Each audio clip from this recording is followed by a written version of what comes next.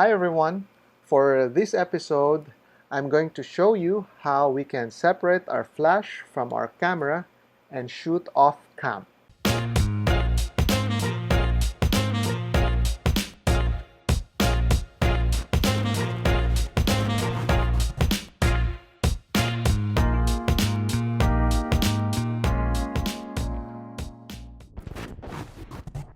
Before I start, please subscribe to my channel, hit the subscribe button below, and join me in my photography journey.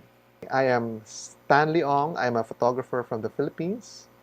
I love shooting on location. And of course, I love traveling light. Over the years, I have tried different ways of shooting off-camera flash so that I can move my flash and position them where I want to. I brought some of my accessories and let me show you how I use them.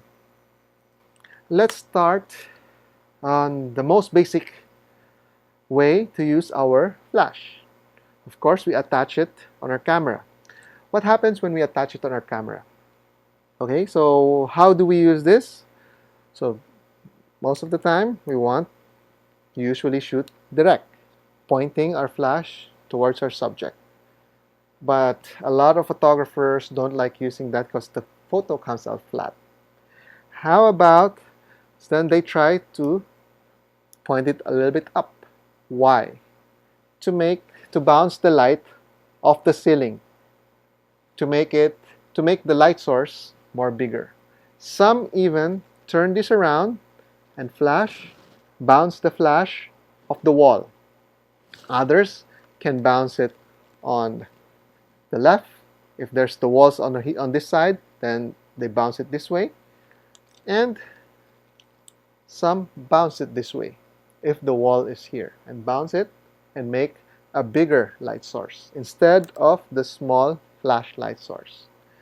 But anyway, why I don't really like using this? Because I'm limited.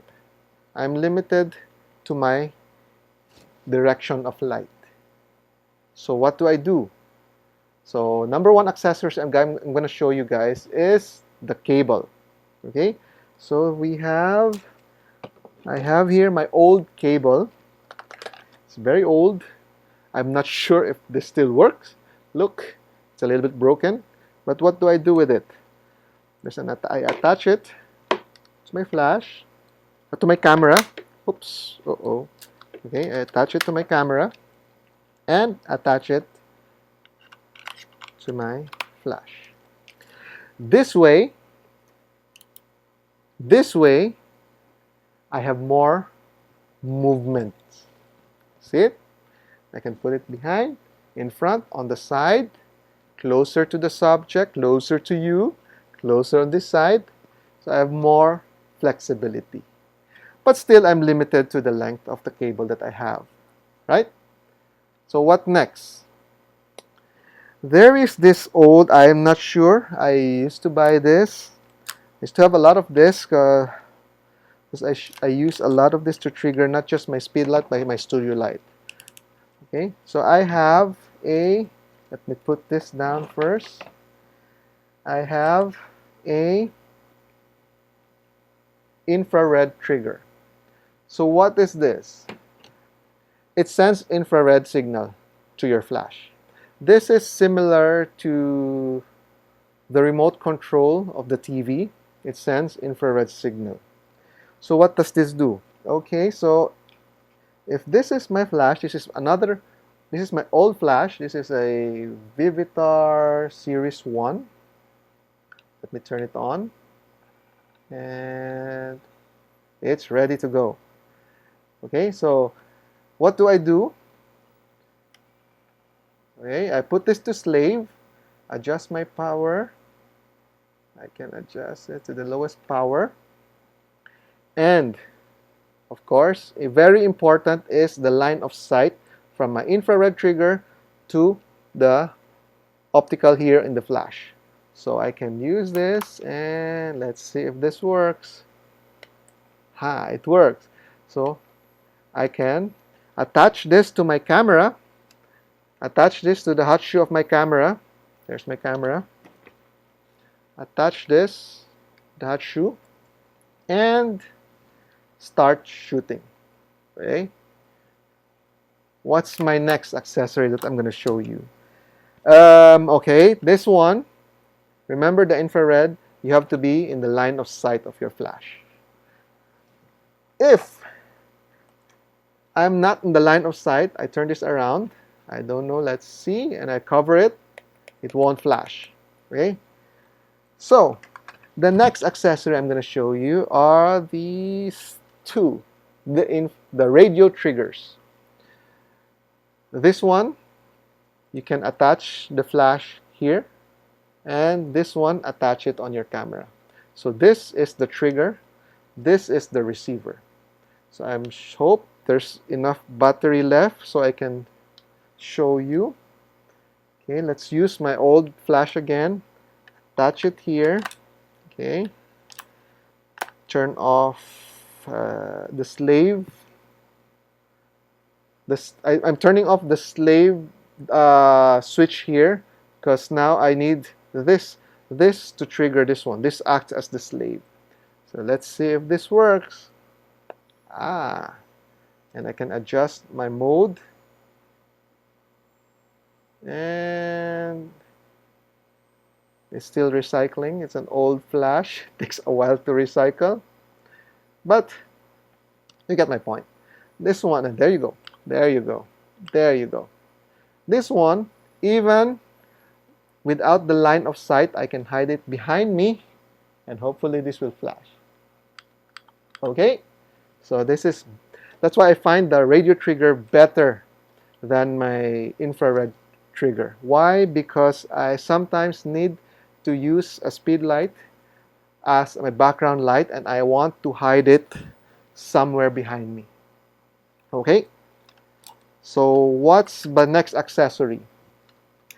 Okay, now there are flashes, there are speed lights that has other features. Not just, I was shooting in manual mode earlier. I was using this in manual mode.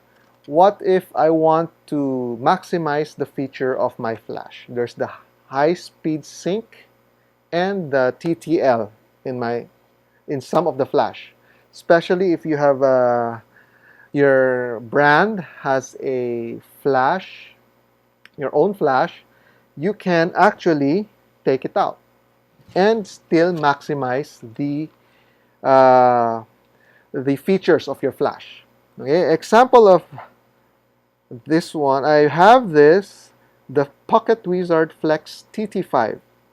Alright, so what does this do? This is for another brand. So what does this do? So I attach my flash here and attach this one to my camera. This can still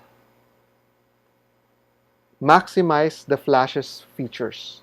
Example, the high speed sync, and the TTL of your flash. But the problem with this, it's quite pricey.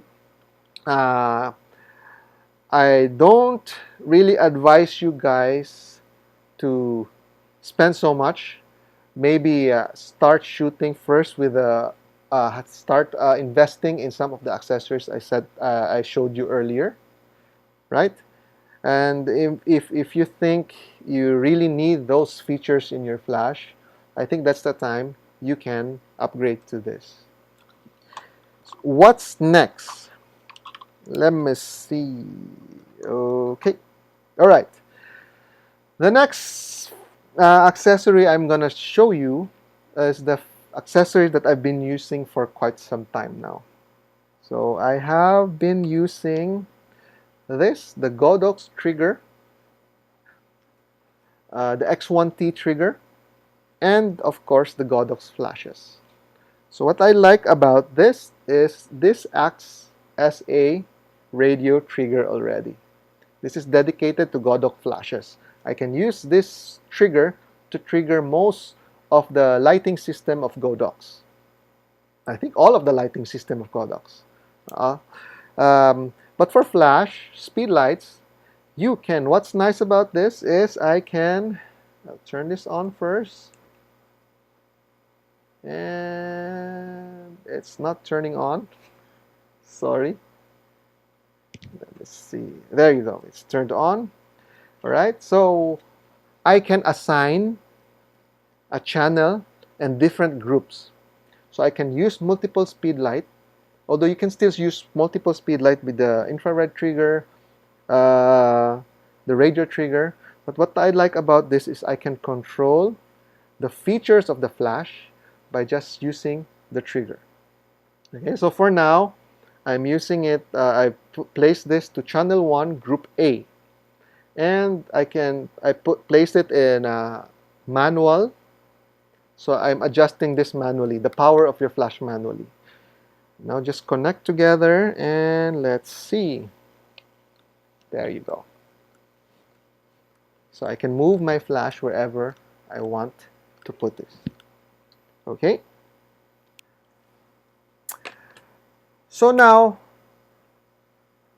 you might say, Stan, I don't have those accessories yet, but I want to try off-cam shooting. Is there another way of shooting and taking off the camera? Taking off the flash from my camera? Maybe there is for you. Okay, so let's see. Okay, so check if your camera, go to the menu of your flash, of your camera I mean, sorry, and go look for, in the menu, for flash.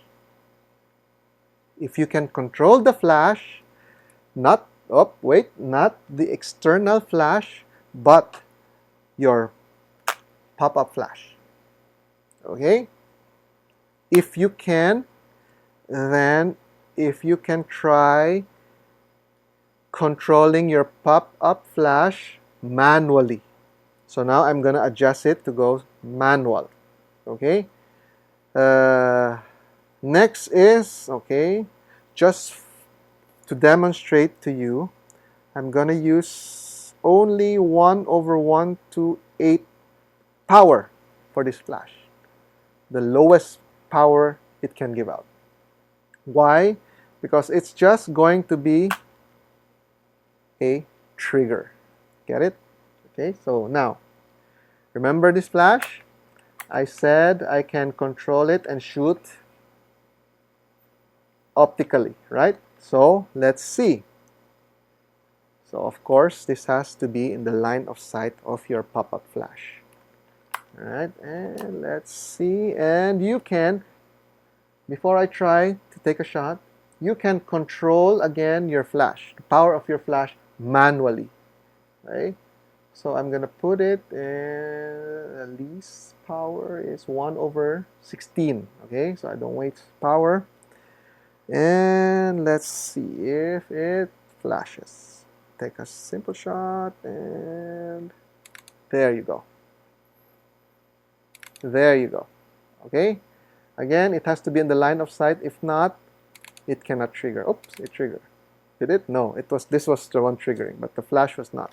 So it has to be in the line of sight, and there you go. There you go. Got it? So if your camera, if you can control the power of your pop-up flash, don't worry. The light here is the lowest power. Usually doesn't affect my subject. If this is in the lowest power, it's just enough to trigger my flash. Okay? So if try it out with your camera, check your camera's feature if you can control your built-in flash. Okay? So those are the ways I show you. Those are the ways I can shoot off cam, and I hope you can use them. Those tips, you can use them shooting right away. Hope these simple tips can encourage you to shoot off-cam flash more often now. If you enjoyed this episode, please invite your friends over because I'm going to be posting more photography tips in the future. Thank you very much and goodbye.